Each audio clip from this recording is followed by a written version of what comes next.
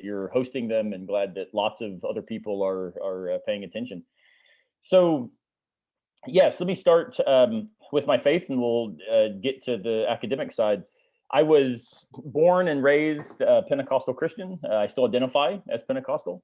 Um, my grandfather, Ernie T. Height, was a Pentecostal pastor. I'm fourth generation Pentecostal, which traces our roots, pretty well back to the beginning of Pentecostalism in America. And that tradition is something that I think has influenced me in all sorts of subtle ways. I should make clear, just for an audience who I'm guessing is Christian and thinks a lot about these identities, I do no longer identify as an evangelical, precisely because I think the tragedy that has happened to white evangelicalism over the last 20 or 30 years, but especially the last four. I think it's important for those of us that were raised in that community, who still identify with much theologically in that community, to stand against what it now looks like. So I am a Pentecostal, still attend an Assemblies of God church here in Greenville, South Carolina. And my whole life, I never understood what Mark Knoll refers to as, Pentecostalism as one of the great anti-intellectual movements in American religiosity. For me, it was always deeply intellectual, but I've come to realize the reason for that was less the tradition and more my family. So both of my parents are academics. My dad's an art professor. My mom was an education professor. Cool. And so I grew up sitting at my grandfather's table Sunday afternoons after church, and him talking about the Greek translation of some term, or calling the pastor often, saying, "Hey, I'm not quite sure that your account of atonement was right this morning." So I grew up where the life of the mind and the life of faith were never strongly detached. They were deeply integrated. And the Pentecostal side of that, which I know we won't dive too deep into these weeds, but the Pentecostal side gave me a deep sense of what we might say the affectivity or the pathos side of religious life. So I care a lot about the idea that we're more than just minds, and more than just, believers, we might say. And in fact, I tend to think that religious life is mistakenly referred to as, being a believer. Well, we're all believers. It's just a matter of what is it you hold to be the case, right? Instead, I think a lot about religious life as a matter of an embodied practice, a mode of existing. Since we're going to talk about mythos in a while, it's not just mythos and logos, right? The pathos and the ethos are deeply central. Yes. And so, teethed on the redback hymnal, as they say, grew up in church. And then when I went to college, went to Lee University, a Church of God school, which is the denomination in which I was raised. I took a philosophy course there, taught by a theologian, Terry Cross, an amazing Pentecostal theologian, written several books on Karl Barth and others. And I remember going to him after, I don't know, just a few classes, and was like, "Dr. Cross, this is amazing.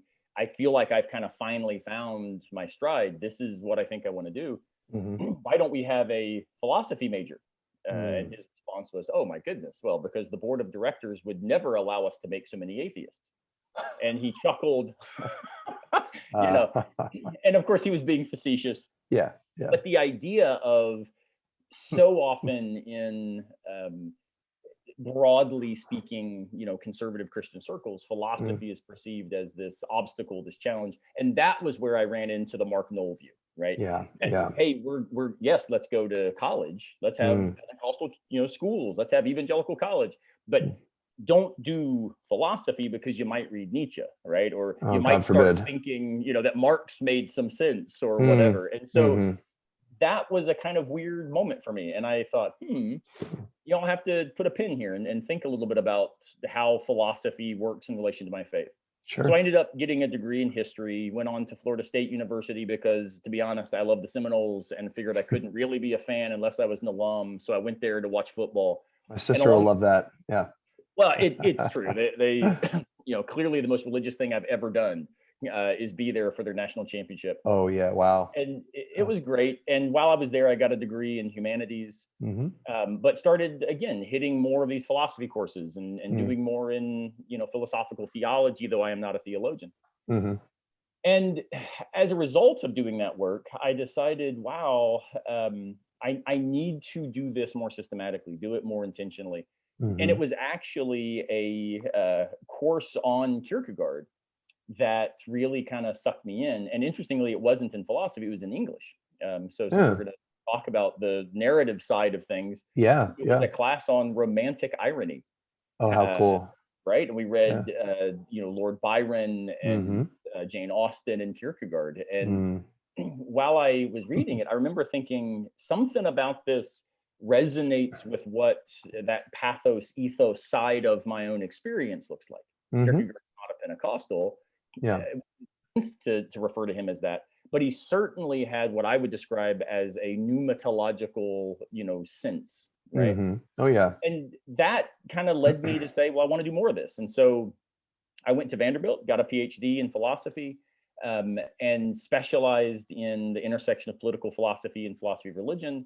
Thought a lot about the postmodern space, and the reason was, again, if we think of postmodernism not as a particular set of beliefs, but instead as an approach to believing that encourages epistemic humility, encourages epistemic charity, suddenly that embodied affective, perspectival, experiential side of my own religious existence now had an epistemological frame that just named what I had already lived into, right?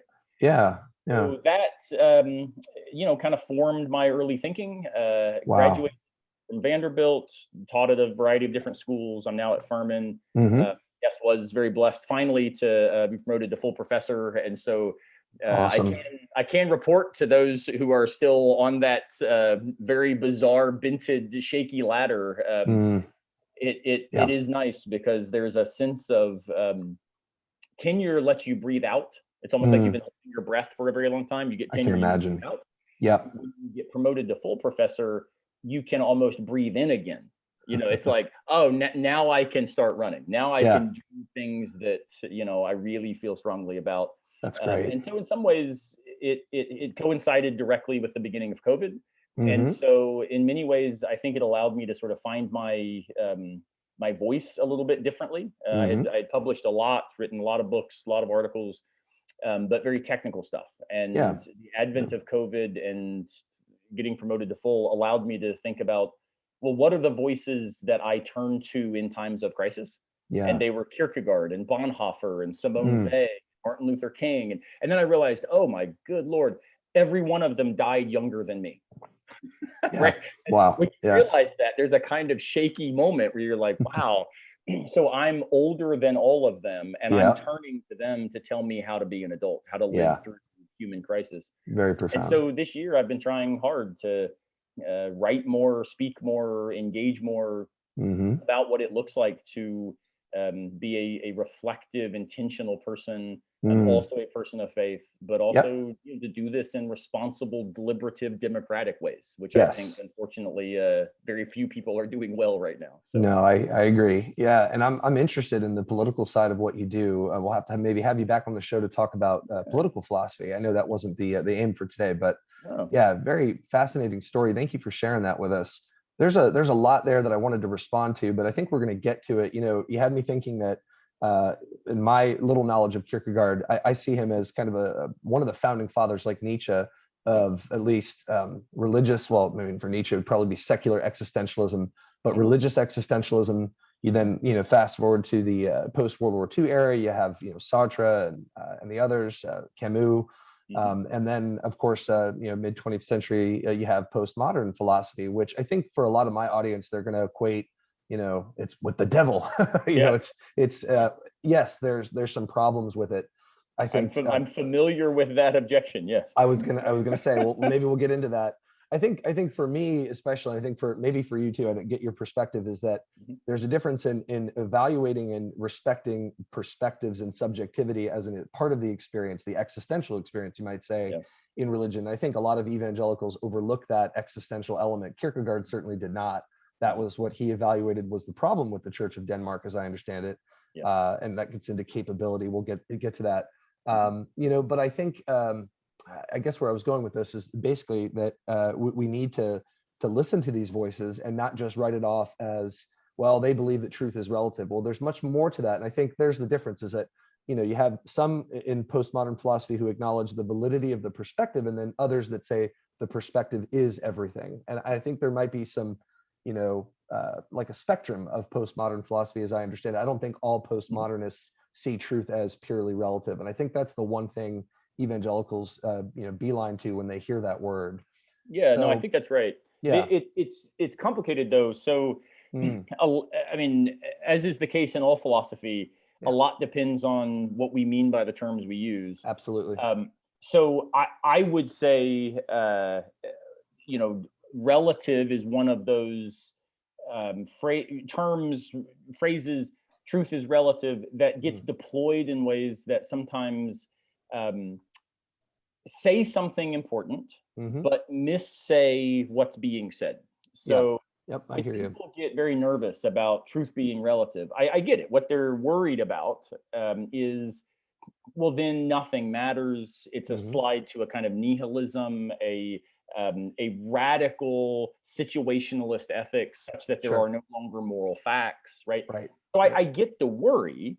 Me too. The problem is the claim truth is relative is at some level necessarily true for embodied beings. Yes, so there is absolutely. no way that truth couldn't be relative to a context of meaning making. Precisely. So precisely. I would say, of course, truth is relative. That's why it matters. Right. And it has to be. Yeah. It has to be relative. Yeah. Now, that doesn't mean that this is a denial of what's sometimes called metaphysical realism, that there is some mind-independent state of affairs.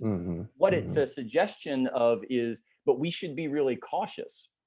Anytime we think that we have access to that mind-independent state of affairs outside of our embodied experience. Yes. Because of course, one might ask, well, who is it that knows that then? Right? Yeah. It wouldn't be me, because the only me that I can make sense of as a knower is the body that I perform in a historical situation. How would I know that I know? It becomes super tricky. So for me, postmodernism is that epistemic reminder. It's not a rejection of the metaphysical realism. It's simply a recognition that even if that's true, even if there's an objective state of affairs, I probably can't engage that state of affairs except relative to my context and frame of reference. Let's I'm going to back up for some of our audience. Let me point out, back in the 6th century BC, and I know Aaron will know this, you've got Parmenides and Heraclitus, and among the other things, and it's often not pointed out that Heraclitus, aside from saying you never step into the same river twice, being the father of what we call sometimes relativism, and some say postmodernism, I've seen it in some books. He also said that there is underlying all this, the logos, right? And so he didn't deny permanence entirely. On the other end of the spectrum, you have, being is the only thing that exists, and change is an illusion. And that's Parmenides, if I have it right. And I think that Plato tried to resolve that paradox, or rather actually contradiction when you set it up that way. But I think what we're getting at here is that there is an inherent paradox, two things that appear to contradict, but don't. It's a very tense sort of situation we find ourselves in as embodied, rational, and imaginative beings. Truth has to be relative or subjective is the word I kind of prefer. Relative is good though when we understand it correctly, because we're the knowers. On the other hand, metaphysically, so that's epistemology. For those of you that don't know, epistemology is how we know what we know, among other things. Metaphysics is the study of what is real or possible or true, like ontology, which is another word for the same thing. Metaphysically, I think your understanding of postmodernism is that there is objective truth, but we can't get outside ourselves to know this because we're embodied knowers. And this comes down to, and we'll get into this with some of the questions, the dangers of claiming that we can know with the knower. And now I kind of sound like I'm a Hindu from the Upanishads. Who can see with the seer, who does the seeing is one of the lines there I always remember. But the question of revelation as well. So a lot of Christians will say, well, wait, you're right. We can't know that. truth, but God can reveal it to us. And so I want to get your take on that at some point. But let's the only qualification I'd add there, just as a little footnote, is I don't think postmodernism affirms that there is a metaphysical objectivity. Okay. It doesn't deny it. So the idea is, again, you couldn't know that you knew it was the case. And this is where, for me, what it does is invites a kind of epistemic risk, right? An existential risk. We have to take ourselves up, committed to something as significant. The way I define faith is simply risk with direction. Yeah. So it's important then to see the account of postmodernism as this kind of radical nihilism, relativism, skepticism, etc. I tend to think that that's rarely presented by the actual people writing the books on postmodernism. And it's normally presented by the readers of those books, who may not be reading them charitably, right? So even someone like Richard Rorty, perhaps the easiest case to make about there is just nothing, it's all just language games, it's all just play. Right. Even Rorty doesn't think that morality is fiction. He just thinks that it's a product of social functioning. Right. So it is still mind independent in the sense of not dependent on my mind, but it's not mind independent as such, right? But he wouldn't say that the tree and the bird don't have separate existence from mind. He would say, but what does it mean to refer to them as tree and bird? Well, that's already a reference back to a social meaning space, right? A language where we now say, oh, look, a bird in a tree. We are placing, we're relating, we're understanding them because of our embodied perspective. Yeah, so, that just, go ahead. No. It just reminded me of the most stringently dangerous postmodernist to the kind of Christian critique, I think really still doesn't hold the view that they are often said to hold. Sure, I agree, and I think there are some things there that I would probably want to push back on, not in an aggressive way, of course, but just in I want to know more. But I want to get to some of our questions today, because I know our audience is you really like it. But I'm the philosopher in me just wants to stay here. And it just reminded me of a quote, and I know it's tied up in the Humphrey Carpenter biography of Tolkien, and I having written a book on Tolkien, can't track down the quote now, but in their conversation in 1931, C.S. Lewis and Tolkien spoke about truth and speech, and it just reminded me that this sounds a little bit like something that Tolkien pointed out, that speech is invention about objects and ideas, and myth is invention about truth. And this is definitely a doozy of philosophy. It's interesting. Now, I know that Tolkien, being a Catholic, was a big believer in objective truth, but he did understand that speech is something we've invented to label objects that are independent of us. And I would think, and I haven't dived into this aspect of his thought enough, but that he would agree that there's some risk involved. And I like the epistemic risk.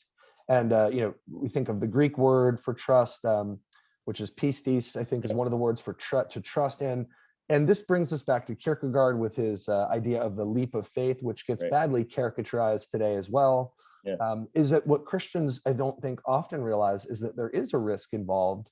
And it is a humble risk that we have to say, well, I'm not the object of knowledge. I haven't created this. I'm dependent and contingent on something bigger than myself, hence the humility. And this is where revelation comes in. So of course, this gets us into our questions. So that's how I'm tying it all back. And the Tolkien part about myth, I think, is interesting. So how do you understand? I could tell you briefly, and it is just briefly, mythos to me, mythos, logos, were ancient concepts that prior to Plato, my understanding is that they almost meant the same thing, but they were, of course, still different. That myth is sort of an imaginative, metaphorical way of speaking about reality. Logos is more of a direct, rational way of looking at reality and speaking about reality. Scholars today like Alistair E. McGrath, who has also worked in postmodern philosophy and Christianity, he defines and understands mythos as a narrated worldview, which I know is also a big word. It comes from the German word, which I'm going to butcher. I'll let you do it. During Kierkegaard's time, so worldview is a relatively new term. So this idea of mythos as narrated worldview, I don't know what you think about that. If we want to talk a little bit about myth and the role in myth plays in belief, clarify that for us, maybe. Well, I don't know if I'll clarify, but talk about it. I at least have some thoughts. So, yeah, the distinction between mythos and logos. I'm not a classicist, but I think it's an important distinction when we add to it the idea of pathos. So I think that in order to think about mythos and logos, we have to also think about pathos. And so if you bring the three together, what I think it does is it speaks to the fact that we are relational beings at our core. That's, I think, ultimately what the need for these different words means, right? Which, of course, that then invites a space in which we live, which would be the addition of ethos. Right. But let's stick with the three. So mythos, narrated worldview, I think, is a great way to think about it. I tend to be ambivalent about worldview, the German Weltanschauung. I've written a lot about Weltanschauung, actually traced the development of the idea as it played out in Heidegger and Karl Jaspers and others in early 20th century German thought. Cool. The idea of it, I think, is great if we mean by it the kind of thing we get in Tolkien, which is a way of understanding that coherence matters to the lives that are told, not just in story, but as story. Yes. So it's not just that there is this logos, this rational state of affairs, this fact of the matter that can be articulated in propositional form, right? X is P. Instead, X is P is something that only, again, makes sense internal to a way of navigating the world that includes X's and can be described in P ways, right? So it's a matter of recognizing that truth is not simply a state of affairs that I tell. Truth is at some level the telling. It's the I inhabit this.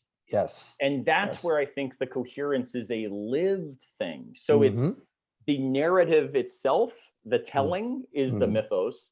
The what that I'm trying to tell is able then to be expressed alternatively as logos, right? As a propositionally articulate, account. Statements, But what the logos often misses is what I would describe as the pathos, the affective, felt dimension. Absolutely. So let me, can I interject? I don't want to be very brief because you're on a roll. So this may or may not be familiar with some of my listeners, but there's two prevailing theories of truth that we often hear about in philosophical circles today. Coherence theory of truth, which I think Kierkegaard and Nietzsche even talked a little bit about among later postmodern philosophers. And then there's the correspondence theory, which goes all the way back to Aristotle and throughout the Middle Ages. Isn't it true, though, that even though, and I agree with your understanding of mythos as kind of this lived experience and that it's a communal story that we tell that we live within, and it must cohere, doesn't the coherence theory assume the correspondence theory? Is that we assume that it has some bearing on reality outside of us? So aren't they're not mutually exclusive, or what do you think? Well, it depends if we're thinking about them at the level of theories of truth, or at the level of lived practice. So as a professional philosopher, I would say, well, no, there's usually three theories: the coherence, which says X is true if and only if X coheres with states of affairs that are held to be the case, right? So it's a matter of our beliefs all hold together in a way that allows us to then navigate the world without tension. Right. So it's not a relationship beyond belief. It's a relationship of belief to belief. Got it.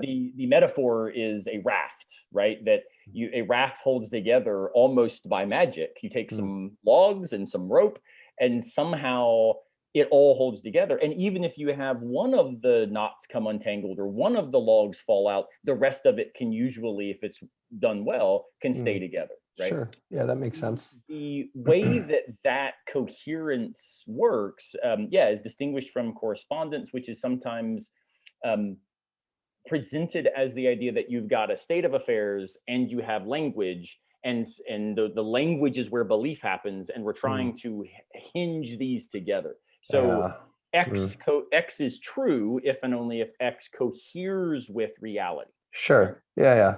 The tricky thing about this, of course, is we're not quite sure, and no one really has a good answer for this, what correspondence would mean, right? So if X is true if and only if X corresponds with reality, well, in what way? Is it an accurate description? Is it actually a reflection of? Is it an identity statement, right? These are complicated philosophical debates. And that's where you get the third theory, which is the pragmatic theory of truth, right. which says X is true if and only if X is useful. It works, right. And so it's not the case that these are necessarily at odds in practice, but they are definitely at odds as theories, right? So they hold very different claims. Pragmatism is purely a matter of a social function of belief. Coherence is purely a matter of the relationship of beliefs to beliefs, and correspondence is a relationship of beliefs to something called reality. Well, let's interject, right? Let me interject there and say I did some research into this and did a lot of the language games research and understanding the relationship between language and myth and truth and reality. And these can be very confusing concepts to navigate. We won't get into all of it right now, but one thing that I came across frequently, and my research into parables, especially as a kind of mythos, is that no language, we can even just split it as the mythos logos dichotomy, provides direct access to reality. And this is something that it goes back to the epistemic humility and to revelation. And so for Christians who are concerned that, it sounds like we're kind of setting up radical kind of skepticism or even cynicism, I don't think that's the direction we're going in. I think we're supposed to be brought to our knees here to say correspondence, coherence, pragmatic theory, whatever, or some hybrid of the two or three.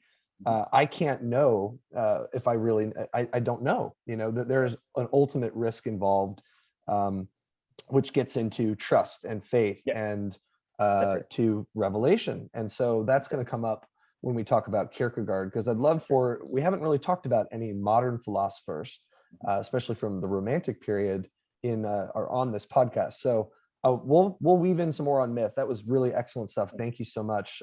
I'm geeking out here. So I love it. I love this stuff. This is what the podcast is all about. So, this is Mythic Mission. Well, I would just say the one thing about worldview, because I was giving the good side of it. The bad version of worldview, and I think that this has happened primarily since about the 1960s within primarily American Christian culture, but we could say sort of broader, European American Christian culture, is worldview has been deployed as a particular logos that then is competing against other logos in a sort of zero-sum game of dominance, right? Yeah, that's fair. This underwrites, and I know you have some questions you want to ask about apologetics. This underwrites the contemporary, what I call Apologetics Inc., right? This sort of almost corporatized version of, in my opinion, mediocre philosophy deployed for audiences that already think that domination is the goal. So this warrior ethos of mediocre thinking gets deployed in ways that actually try to minimize the existential risk that has always defined, and here I'll sound confessional, always defined what it looks like to be standing on the road to Golgotha, because Jesus might turn and, you have to carry the cross. So the idea of acting like, no, the goal of Christian thinking is to stand on top of the hill triumphant, patting your foot. That's the way worldview thinking tends to get deployed too often. Yes. Not exclusively, No, but I agree. often it does, you know. And this, like, so for example, in Christian colleges where they'll do things like worldview seminars, right? I Yes. want nothing to do with that, because what it's doing is showing you why Christianity beats the other guys. I want to no truck. I'm out with that, right? Yeah, but I want to talk about that in a minute. Go ahead. Yeah.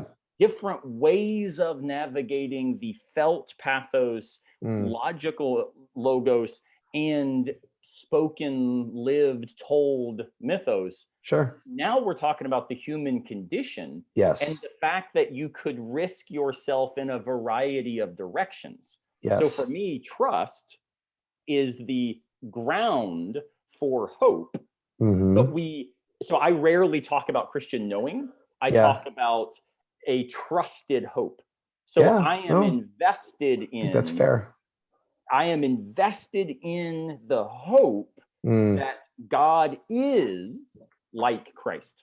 Yeah. Yeah. So for me, that's, and I don't say it, I can hear somebody in your audience say, whoa, you didn't say God is Christ. Right. I'm just saying the canonic example of Christ is, for me as a Christian, the maximal revelation of who God is, right? Well, yeah. That's a hope for me, not a knowledge claim in the sense of logos attaching to a, state of affairs. Yes. It's the state of affairs that I want to be true, and I am living my whole life and raising my son in orientation to, right? I think it was beautifully said. Amen, brother. I think here we need to push back on a couple of concerns that some of the skeptics or evangelicals in the audience might have here. Number one, this idea of, you think, of course, some might be concerned if you didn't say God is Christ. Right. I think we need to remind ourselves that Jesus asked us to trust who he was and what he was doing, and what he was doing is what the Father was doing in him. Right. And so, again, back to epistemic humility. We trust that this is God's revelation to us, that he appeared in the second person of the Trinity and sent the helper. We have Father, Son, and Spirit, a triune faith. So I think I'm Pentecostal, all in on the Trinity, man. Yeah, absolutely. Yeah. So it's important that we understand that we can't absolutely know this except on God's revelation. I think that's what you're trying to say.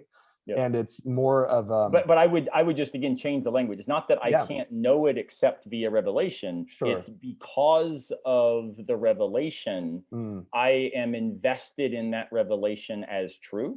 Yeah, that makes sense. So it's not that I know that Jesus is God. It's I hope that the story we get of Jesus in Scripture, I hope that this is in fact the truth that I am living into.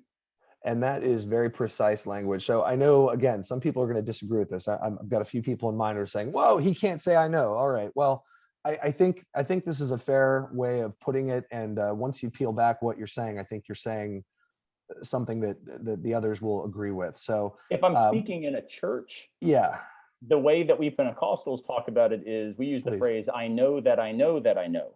And this is important because I know that that's just access internalism for we philosophers. That just means I have access to the reasons that actually allow me to hold something as true. Right. I know that I know that I know. Jamie Smith does a great job in a book where he talks about this is not a epistemic statement of certainty. Right. It's a repeated investment that says, here is where I will ground myself. And I recognize that there are other reasonable places that I could stand. Yeah, no, absolutely.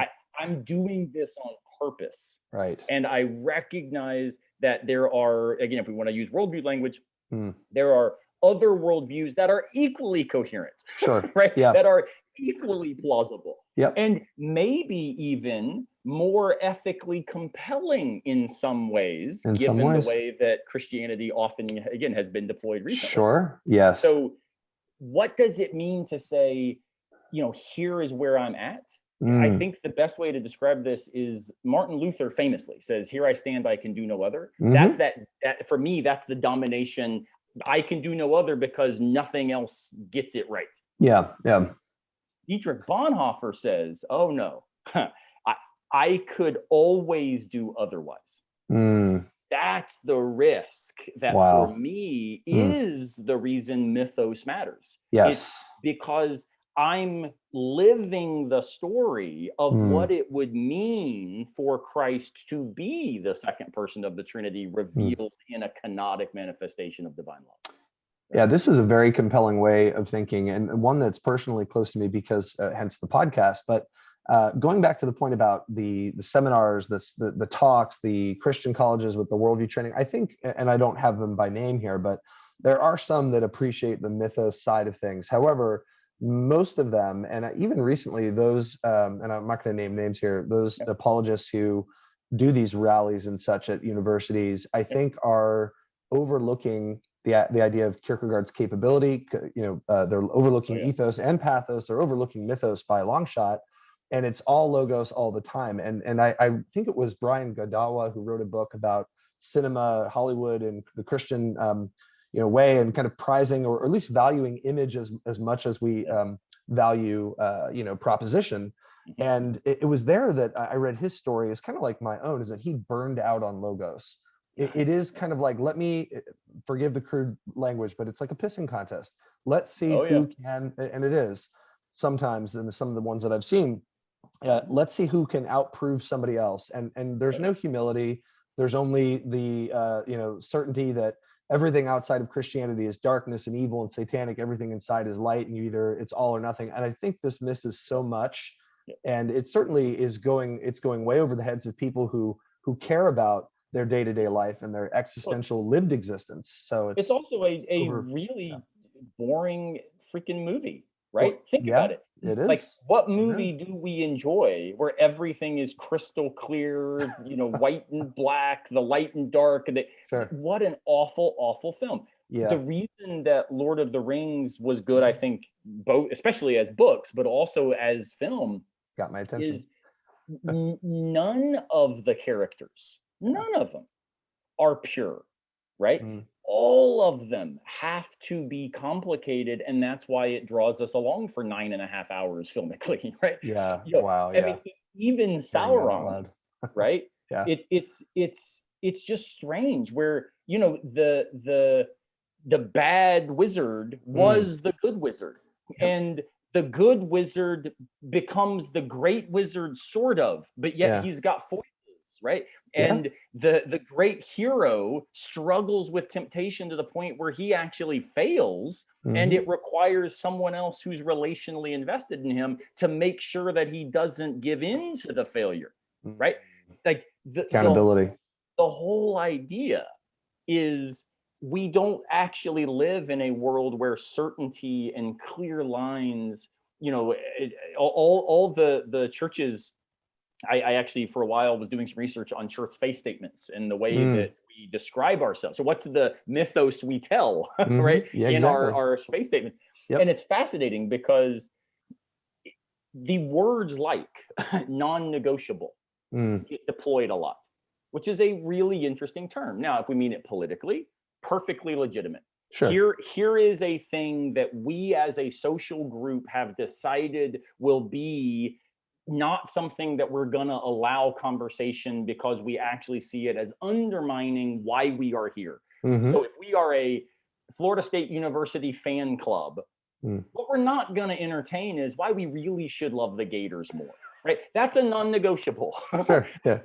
But notice that's a social definition of who we are. Yes. But when we start saying, here are non-negotiables about the very divine mystery that we are formed in an attempt to relationally live into, what we've done is eliminated the possibility of taking truth seriously as it's actually presented in Scripture. A question I ask often in churches: why is it the case that we have 4 Gospels? Well, option 1, if it's a Logos reading, right? And again, the majority of Apologetics Inc., which I should make very clear in case there are friends of mine listening, apologetics as a professional philosophical discourse, that stuff's baller. Like that's intense and awesome and compelling. I'm talking about the kind of popularized stuff, right? The rally Yeah. sort of that Amen. I got no interest in. I'm with you. I'm with you. So I don't want to say people who do professional apologetics are mediocre. No, right? They're some of the best thinkers in the game. Agreed. It's just Agreed. usually they're not getting really big speakers fees to come like rally up a crowd and do a public debate with some famous atheist, right? Sure. That's the stuff I don't want to do. Right. But right. It's fascinating. Logos, apologetics-y, was God just a bad writer? Like, why did we need 4 versions? Think about it. What kinds of, think about the if not contradictions, at least tensions emerge in these different recountings, different stories of Christ, right? We have slightly different versions, and sometimes they seem a little bit to pull against each other. Sure. Why in the world would a God who, ostensibly, if omniscience is to be believed, is pretty smart, why do it this way? Exactly. And I think that what we have to realize is the Bible and the Gospels in particular invite us to recognize the relational dynamics by which the truth, remember, truth is not something Jesus came to say. It is what Jesus is. I am the truth. Je suis la vérité, says Michel Henry. He writes his amazing book just on what does it mean to countenance this. Très bien, monsieur. Thinks really, really carefully about what it would mean to understand Christ as truth in the bibliolatry of so much of contemporary white evangelicalism. What we find is no. Jesus is true if and only if Jesus is saying the stuff that we know the Bible really claims. Right. And it's mind-blowing to me. That is mind-blowing. We see 4 relational stories. Yeah, God cares about perspective. Matthew's account and Mark's account, right? And this is cool because it shows us that Jesus, talk about truth is relative, Jesus, the same yesterday, today, and tomorrow, and yet was different to each of them depending on their perspective, their histories, their needs, their embodied requirements. Well, think about that's important. Oh, it is. And I think 2 things. I'm reminded of Tim Keller wrote an excellent little book about the encounters with Jesus. And he's got the reminder in the story about Martha and Mary. And I think it's the death of Lazarus and Jesus's 2 very different reactions. And then his bellowing like a beast, his deep-seated grief that I can't remember the Greek word, but it's like a dying animal sound. So it's like, wow, Jesus really wept and really got in there with that. And his 2 very different responses, he didn't give them the same response because he took hypothetically, let's say, an objective truth, but molded it to relative to each person. And this is something I think Bill Craig has done a good job with, making the distinction between absolute and relative on one hand and objective and subjective they're not the same thing. So I think it's important we kind of think in 2 planes, is that it needs to be relative. God cares about perspective was my other point. And I think among other reasons that we can go into. And if God didn't, we would be deists. Yeah, wow, good point. This is important. If Christian theism is a relational personalist religion, which I think it is at its core, then God must care about perspective. God must speak in ways that we can understand. And the we is likely to be different in different times and spaces. That doesn't mean that God changes in God's essence, we'd say philosophically. Correct. But if we say, well, what is that essence? And I think this is, again, the revelation of Christ. Jesus is the presentational actuality that God is defined by relational love. Right? Kenosis is a revelation of God's essence, of who God is. God is relational love. Now, if God is relational love, why then would we go so far out of our way to strip the relation out and make sure that it's propositionally specific? Again, we professor philosophers, we can do it because we love that kind of precision, and we're doing a kind of game. Right. But that's not what we find usually in the relational story of God's love. I agree. And I think that's beautifully said. And I think, again, we'll bring in a Tolkien reference here in The Two Towers, paraphrasation of a conversation Éomer has with the 3 hunters, Gimli, Legolas, and Aragorn. And Éomer hears the word halfling, and he starts talking about myths and legends. And eventually in the conversation, Aragorn says, you're talking about myths and legends, but the green grass under your feet is the stuff of myth.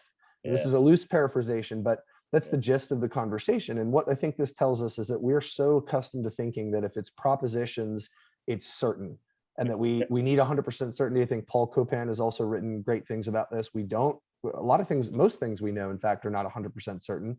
I think it's a very valuable statement. And I know we have to move on, but there's that. And then there's this, we think science and rationality and propositional statements is going to make me feel secure, and that I'm going to know that I know. And like you said about Martin Luther earlier, that's it. I'm now immovable. And I just think that's stating too much. And well, and it's fascinating. Yeah. This is speculative. So again, we philosophers tend to be very itchy about saying things that we can't defend all the way down. Of course. My hunch is, I have a hunch that part of the broad white evangelical suspicion about some of the COVID science and the strategies is actually grounded in the idea that because we've embraced, or they've embraced, a propositional calculus that requires certainty as the zero-sum game of rational domination, the idea that science doesn't actually live up to what they think their faith does, right? It's, well, no, science, like life, is messy. Yeah, it turns out that what we know changes in time, and data affects how we make sense of things, and strategies that worked at one point don't work as well at another, right? So the idea of saying, oh, I'm not wearing a mask because Fauci changed his mind, they were lying to us, you're like, wow, no. Yeah. This is the whole idea, but that the Johnson & Johnson pause proves it's all a lie. No, that proves that the process works. Yes, that exactly. it's messy, and we revise and we rethink. And this is something really cool internal to, I'm not Reformed. I'm not a Reformed thinker, but Reformed epistemology, I think, gets this right, where it talks about the idea that our grounding foundations are still revisable in light of life. That's right? a very good point. Forstorff clearly makes this case, and I think he's exactly right. And for what it's worth, again, sort of deep in the theology weeds, this is why I'm an open theist, right? Because I actually think God is so relational that God allows the risk to be shared. That it's not simply risky because we don't have God's perspective. It's risky because God loves us enough to take risks too. Wow. And my buddy John Sanders, in his book, The God Who Risks, I think miraculously, beautifully presents the idea of, if we think something like the free will defense is true, hey, well, love requires risk, God desired love, et cetera, then why would we not expect the same of the divine? If God really does love us, wouldn't God love us enough to actually make it possible that God's own desires would not come to fruition? Wow. Right? And for me, that is so not a challenge to divine sovereignty. It's a rejection of a crappy notion of sovereignty as power. Wow. Real sovereignty is the ability to love despite the power that could, in fact, force. Yeah, that's very profound right now, right? And so that anyway, that's my theological landing, is because of some of that. No, I want to talk to you more about that. I think that will have to be the next interview, because I've got a whole string of questions that I've got. So I'm going to start. Yeah, we can rapid fire. We'll go through a speed round here. I apologize. I know you didn't want to do as much theology as we've done, but this is great. This is exactly why I had you on, and this is precisely what I wanted to talk about. Do you have a little bit more time? I can just pick your brain. Okay. Absolutely. Well, thank you so much. I'll speak shorter from now on. No. You are saying what needs to be said in the length of time it needs to be said in. So I just don't usually get. I will say I don't usually get to speak to the type of audience that I know you have. Yeah, good. Most of my audiences are very academic or very progressive. Right. That tends to be the kind of work I do. I end up speaking to those audiences. Sure. And I think that one of the great sacrifices of that is that it doesn't invite the same kind of reflective, transformative possibilities. Yeah, sure. So it's quite an honor to speak to your audience. And I'm sure the hate mail, direct it towards me, not toward you. I'm happy to receive it. So. No, that's quite fine. You know what? I've not gotten any yet, but I know it's coming. But we'll share the burden there. You know, I think that's another topic I want to talk about too, about progressive Christianity and some of the things that I think are getting misrepresented. But again, that'll have to wait for next time. I myself am not progressive, but I can appreciate a lot of what you said today. I haven't really heard anything that I, you know, would say we do like a debate and I would really push back on. There are some things I'd want to know more about, but I'm sure we might have some disagreements here and there. But nevertheless, that'll wait till next time. And that's important, by the way. That's the reason the non-negotiables are always negotiable. It's just that it may not. I once heard Linda Zagzebski, is one of the freaking coolest thing I've ever heard. Someone pushed her at a conference and said, Linda, you know, you're unwilling to rethink Christianity. You're just so committed. You're a dogmatist. And her response was brilliant. She said, oh no, I'm willing. I just don't think you've got the time. That is so baller, because what she's saying is, of course it's in play. Of course it's risky. Yeah. But don't think for a second that what it means to live into this hope looks like the belief I have about, you know, how many flowers are on the bush outside my living room window. Like these are different kinds of claims. Yes, so, they are. Anyway. No, that's good. That's very good. Yeah. So that'll be a next time. Hopefully maybe something later in the summer, we can do another talk if you've got some free time. Yeah, I'm excited. So for today, just because we've talked so much about mythos and logos, let's just finish on Kierkegaard. For those of us, especially me, you know, I'm getting into Kierkegaard for the first time in my life. I didn't do a lot of modern philosophy in school, so that's probably what it was. We all kind of have our specializations, but tell us about the time period where he grew up. Obviously, the Church of Denmark I mentioned earlier, so that'll kind of give part of that away. And then if you could get into what is direct communication that he writes about in his lectures and elsewhere, and indirect communication. And then if I can just load one more thing, you know, does indirect communication and myth overlap at all? And then maybe see where we are after that. Good question. Okay, cool, thanks. So here's the sort of, you know, Cliff Note version of things that there are great resources on YouTube for people that want to get a longer account of this. Sure. So Kierkegaard is 1813 to 1855. He died at 42, which again, I mentioned earlier, he's younger than me. I'm 43. And it was very, very freaky. So I became the president of the Soren Kierkegaard Society in the USA at 42. Oh, wow. So I lived that whole year like on pins and needles thinking, oh my goodness, like this symmetry is entirely, whoa. So on my 43rd birthday, I was thrilled that I had like dodged that particular bullet in that gauntlet. Oh, wow. So, dies at 42, young man. Yeah. Spends his whole life in Denmark. His big issue philosophically was, and he says this explicitly later in his life, is to think through what it means to become a Christian. And he describes his task as trying to bring Christianity back to Christendom. Now, why might he say it that way? It's because he was convinced that he lived in what he described as an age without passion. Again, notice I keep hitting the pathos cannot be dropped, right? Yeah. It's the affective side. And what he meant by this was, we find ourselves too often thinking, and this was the case he thought in his Danish Lutheran church at the time, that church membership was a kind of salvific reality by which the objective case was now deployed in one's life and you're good. So it was as he put it, we think we can go further than faith. Well, I had faith when I was a kid. I got baptized. I'm good. Now I'm pursuing real things. Now I'm moving on, right? Not because I've left Christianity, but because I'm already a Christian now. And it's this moving somewhere else, he says. Wow. Yeah. And he said, well, but where do they think they're going? Right? So like we said earlier, when you're trying to be an objectivist who has some sort of God's eye view on reality, well, who's looking then through that perspective? It ain't me, right?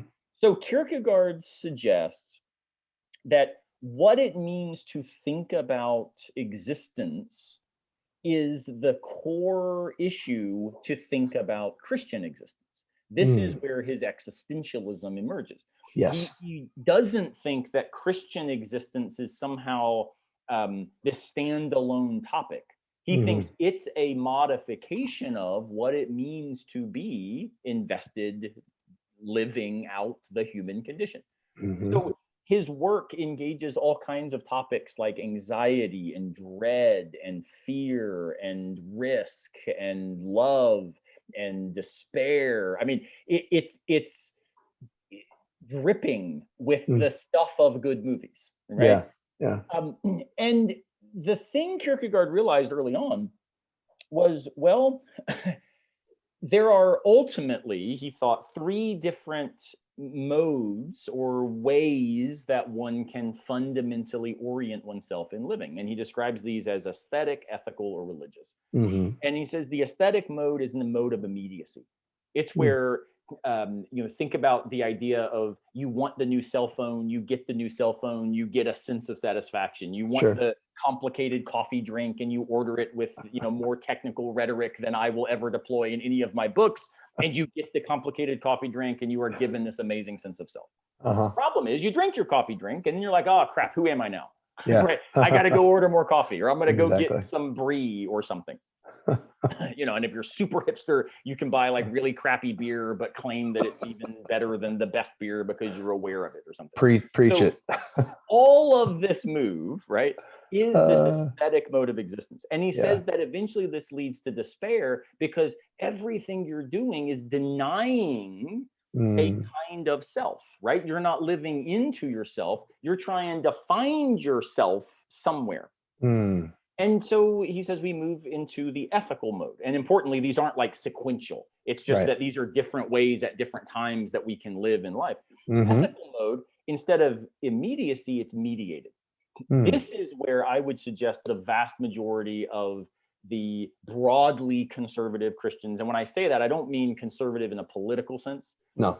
Because it's entirely possible to be very compellingly deep and nuanced and complicated theologically and still hold conservative social values, right? Sure. Yeah. But in broad conservative, again, broadly white evangelical sorts of ways, which is the target of a lot of my own Kierkegaardian critique, what we see is an ethical mode of existence. This is where some external modification or standard is brought to bear to narrate what matters in the world. So think ethics. We have, the number of books written against postmodernism because we need moral truth, right? Absolute right and wrong. You're like, oh, okay. But notice your conception of right and wrong, your conception of objective truth has now become the barrier to something like relational existence because you've become not much more than the social role you play. Think about family value narratives, right? Think about traditional gender role narratives. All of these things that I would push back on very strongly politically are rooted in a very helpfully Kierkegaardian framed account, which is we don't become selves. We become father, we become mother, we become sister, we become man, woman, we become citizen, we become these roles because we've narrated selfhood according to some claimed to be objective standard. Right. I follow you. Problem is also despair. Why? Because you're never you, right? Because again, you are just the instantiation of some objective code. Right? So he says religious life, and this is where we get the phrase leap of faith, though he never uses that phrase, interestingly enough. Interesting. No, I didn't know that. It's not in his authorship. He talks about a mighty trampoline leap, but he never uses the phrase leap of faith. Because, and here's why, moving from any of these modes to any of the other modes is a leap of faith. Sure. Right. They are all moves that cannot be justified by argument, but have to be lived into because of trust and hope. Makes sense.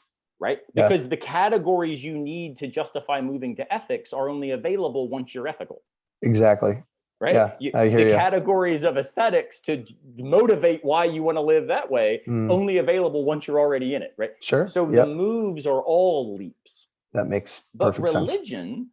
religion is for him this ability to recognize that your singularity, your selfhood, is now the task by which we understand the importance of things like objective standards. That we now understand the value of immediate desire and relationships to externals. So it's a recognition of that relational intimacy, which only happens in the religious for Kierkegaard. And this is a really cool claim, because aesthetics and ethics lose selfhood because they lose real relationship of selves to each other. And so how do we then understand true selfhood for Kierkegaard? Here, again, there's a lot more steps, but he basically says, in the religious, we stand before God. And when we stand before God, we are able then to receive ourselves as the task of becoming.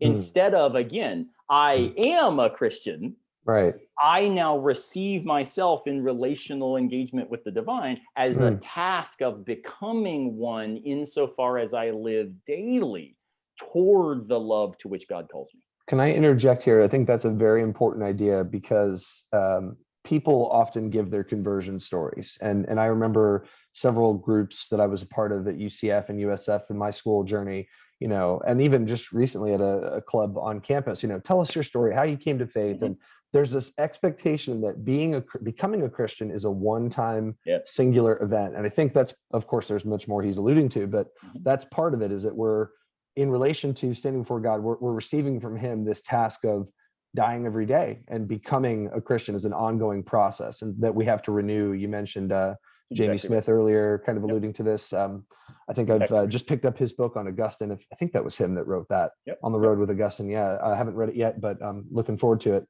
So I think that's a very important idea, because there's almost like this peer pressure. I've noticed in some circles, not all, please don't misunderstand me, folks, that, I'm not saying that these conversion stories aren't authentic. I remember reading, I think some evangelical had written something about, they heard a story about a woman who, was walking along the way, and a Bible dropped out of a second story window and it opened up on a passage in Romans 5, and they became a Christian. And I want to believe this, but sometimes I'm skeptical that it's more the ooh and ah effect of the story, that this was a one-time event, my life's changed, and I don't know how, I don't have to renew the contract. That misses the whole point of what a covenant is in ancient Israelite society, let alone any other society that understands what a contract is and an ongoing expectation. So I hear you about on that. This, right? The famous conversion story, the Emmaus roads or Damascus roads or whatever. The only reason those stories matter to us is because of the life then that the person who was transformed then went on to live. Exactly. Right? Yeah. The idea of Kierkegaard's work, and this is where the direct and indirect happens. Yes, thank you. We have to find a way to recognize that the relational commitments are actually in play in all the stages. It's just that the relational identity is lost in two of the three. And what that means is I'm in relation when I'm aesthetic. It's just I'm in relation to objects that can be used. Right? I'm in relation to others as usable objects as well. Right? Far too often, the way in which we narrate things like, bodies, we talk about them as, these things that we're going to, shove off and get rid of. And it actually leads to a deeply, in my opinion, immoral, I'd say sinful ableism within the church, because we are aesthetic relative to embodiment. Right? Sure. Yeah. Ethically. Well, what do we relate to others as opportunities for moral self-righteousness, right? for moral judgment. Yeah. We aren't relationally invested in ways that are grounded in the rupturing humility of a kenotic Christ. That's Kierkegaard's Christianity. Yeah. So one of the things that I think is so cool here is Kierkegaard realizes, well, I can't just write the same book to try to describe these three things, because from what perspective, in what relation, in what frame of reference would I as author be writing? Well, shoot, he says, if I'm going to describe what it looks like to become a Christian, that would assume that I've already become one, but I'm not already become a Christian. I'm trying. So he has to invent Brilliant. pseudonyms Yes. to be able Climacticus. to talk about the ideality of Christian life, because he's saying, I don't have it figured out. I'm on my way. I have to invent a pseudonym to talk about ethical existence, because I recognize that the only way to present this is for somebody to present it as the obvious truth. Right. Because I'm trying to become a Christian, I can't present it that way. So he invents Judge William and figures to identify that. Well, midwifery.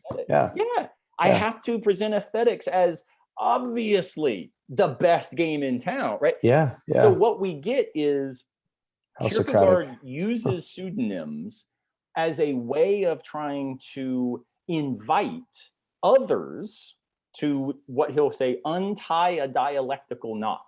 Right? So indirect communication for him is a dialectical knot, he says, presented to them that requires them to be the author of the text in a very real way. Wow. Because he, as author, is now dropping out to let these other voices show up. So he's not, Johannes the Seducer or Judge William or Anticlimacus. Right. He is inviting the reader to say, do I say yes to the judge? Do I say yes with Johannes? Do I find Johannes to be leaving me cold? Well, why? What is it about my life that doesn't resonate here? That dialectical knot is then untied for oneself, so that he gives the example of dropping breadcrumbs and the birds coming down and picking them up and flying off. I don't know where they then go. He frees us up as readers to take the books as invitations not to understanding, but to transformed living. And that's where direct communication is, when he writes under his own name. Right. He signs the stuff. And you had asked me earlier about what's the first book I'd recommend of Kierkegaard. The irony is everybody recommends his pseudonymous stuff, and I don't. Fear and Trembling is the famous one everybody recommends. My recommendation is always to go pick up Kierkegaard's Discourses. And the reason that I think this is worth doing is these are basically little sermons, to be honest. It's where he speaks confessionally, he speaks under his own name. And the reason I think these are good places to start is because then you can get a sense of what is it Kierkegaard as person, as he calls it, a fragile, existential, single individual. Like, what is it that guy who was struggling with his own claims and his own life and his own failures? I mean, he had a horribly messy engagement breakup with a girl. Really? It haunted him his whole life. That's terrible. He had, absolute horrible physical realities. He got made fun of in the local newspapers because he had a hunchback. They called him Kierkegaard the Cripple. He had a really messy relationship with his father. I mean, his whole relationship to the world is one that was deeply, deeply fallible, finite, fragile, and broken. And so what he then does is he concocts this magisterial authorship, but never to speak from on high like someone like Hegel might. Again, think the on top of the mountain lecturing rather than on the side of the road being willing to pick up the cross, right? Kierkegaard's invitation is in the Discourses, in these little sermons where he's writing with his own name. And my favorite of these, which is not, people should go pick this one up first, but it's just my favorite, is one called For Self-Examination and Judge for Yourself.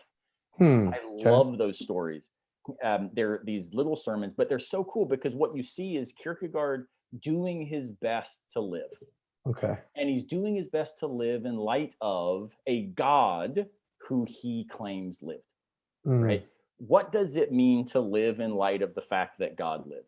That is for him the question of Christian existence. So if we start there, then we can make sense of, like I've heard people say, I read Either Or by Kierkegaard, that guy's a misogynist. And you're like, well, he did have problematic at some point, notions of gender identity, but what you read was precisely the voice of a seducer who intentionally seeks out to view women as objects in order to bring them to the point of love so that they can break up with him and he can get out unscathed. Like, That's not Kierkegaard. Yeah. That's the seducer, right? Wow. Or I read Kierkegaard, he's horrible. He's an ethical nihilist, say something. Oh, Well, wow. because you read Fear and Trembling, where what he's trying to do is critique a particular notion of ethics. Exactly. But it's under the name of Johannes de Silentio, John of Silence. And it starts with a little metaphor, a parable that basically says, hey, most people won't get this. Like, and we scholars, there's at least 5 different radically incompatible readings of Fear and Trembling among Kierkegaard scholars. No kidding. And we are absolutely unagreed. Like, because we all think, here's the secret message. Here's what's really going on. Here's what it really says. Yeah. So how does this play out? I think indirect communication, it's not that indirect communication is mythos and direct communication is logos. I think it's indirect and direct are 2 different modes of finding literary form for the combination of living mythos and logos and pathos at all times. Well, that makes much better sense. Indirect communication is. Yeah. I would say. I hope that makes sense. No, that makes plenty of sense. I would say that it's often overlooked that, the word mythological, right? That mythos involves logos. And so you have this truly mythological way of speaking. Indirect communication would combine both. Yep. And I think, again, that speaks to the whole embodied person. I always see it as a supreme way of speaking. However, I do want to point out that I don't think they're pitted against each other, because direct communication, it seems to me, is good for somebody who already knows the object or the subject matter that you're speaking of and might just need a reminder.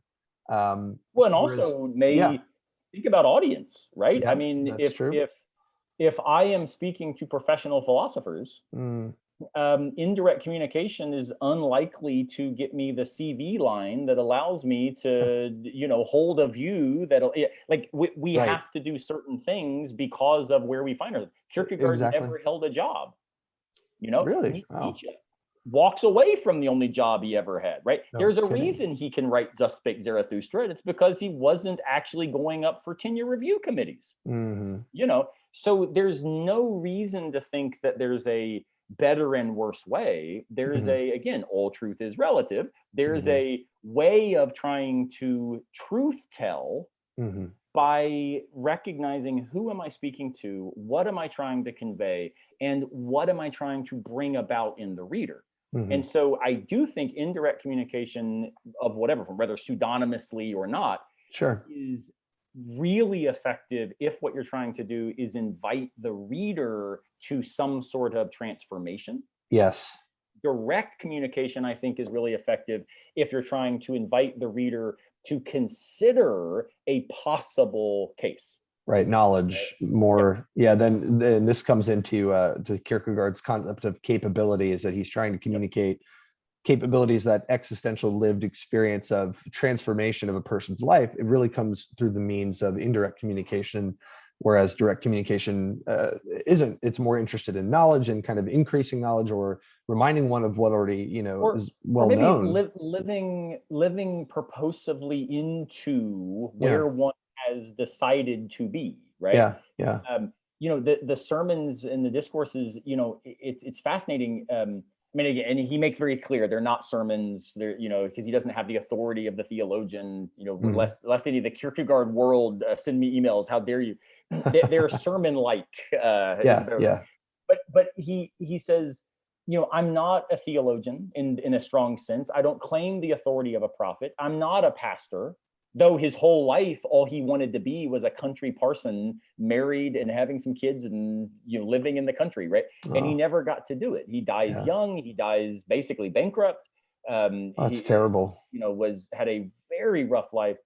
And yet, what he presents to us is invitations to continue living on purpose, even once we are now committed to becoming a Christian, right? And that's what these discourses are for. He says that they are for upbuilding. And why would you need to be upbuilt? because you aren't already there, right? Exactly. You're still, and Jesus says this, we are always on the way. Yeah. Right.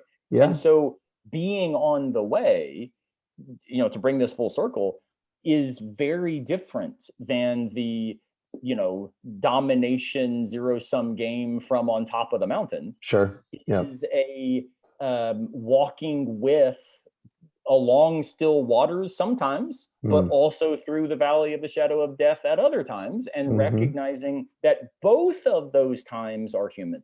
Yeah. Right.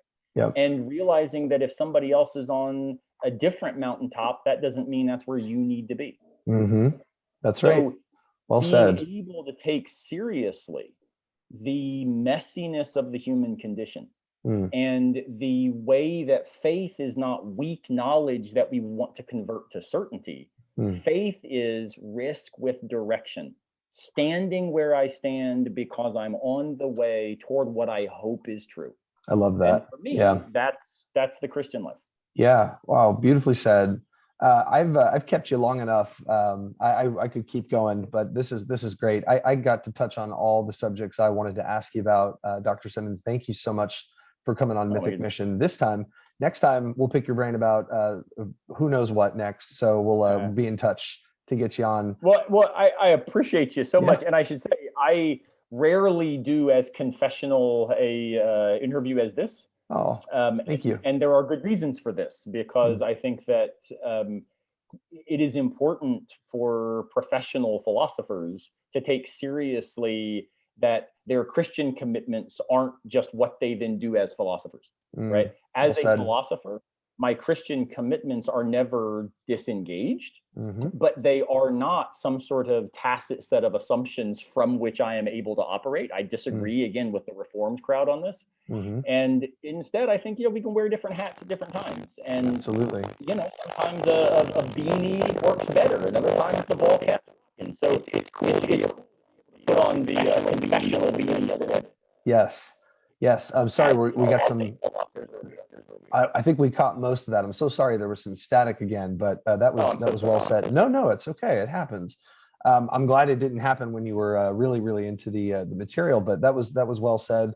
We need to remember that we wear different hats, and I think it's important to kind of come down to to engage in a kind of confessional conversation. So thank you so much for being vulnerable and open and sharing all your knowledge with us. My pleasure. And if anybody wants to reach out, my email is just aaron.simmons@furman.edu. They can also check out my YouTube channel, where I do I try to do daily videos. They've gotten a little bit less than that during the spring semester, but it's simply called Philosophy for Where We Find Ourselves. Cool. Little 5-minute philosophy for life sort of videos. And also some longer form interviews with philosophers there that are called Two Philosophers, One Conversation. And so if anybody reach out, I'd love to be in touch, and they can reach me in either of those places. I was just about to ask you that. Would you mind if I posted that on the episode description for today? Absolutely, please. And last but not least, thank you for all that. I've got your WordPress as well. I'm going to subscribe to your YouTube as well. I've got Mythic Mission on YouTube as well. Let me say as well one more time. There's it's been a long day already. So one last question was about your books. Any books that you want to recommend? Where can we find out more about what you've written? So I would say that my website, which I need to revise and make fancier, but it's just jaronsimmons.wordpress.com. There I've got lots of writings that are probably of interest to this audience. So a little bit more confessional stuff. I do a lot of public speaking for corporations and businesses. That stuff is there. Recently posted a essay in light of the passing of the rapper DMX about deconstructive subjectivity and DMX. That's up there on the website. No kidding. So that's not a bad place. All my podcasts and interviews and things like that are linked from there. So that's a good kind of landing pad. My book, those are trickier. And I hate to say that, because most of my books are written by a scholar to scholars. And so they are listed.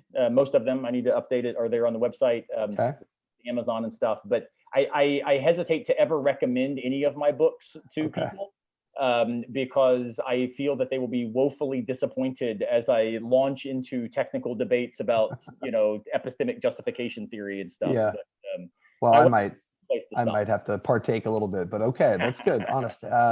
I'll post the website so people can find those things that you're up to, and also your publications if they want to have them. Love the idea of the philosophy where we're at. That's great. And I will be sending you the links for today's show to both YouTube and the podcast, so you can put them on your site if you'd like to. Sounds great. I will absolutely do it. It's been my absolute pleasure. To all the audience, thank you for your time. Let's find ways, even in disagreement sometimes, find ways to show neighbor love and Christian charity as we think well together. Amen. Thanks again.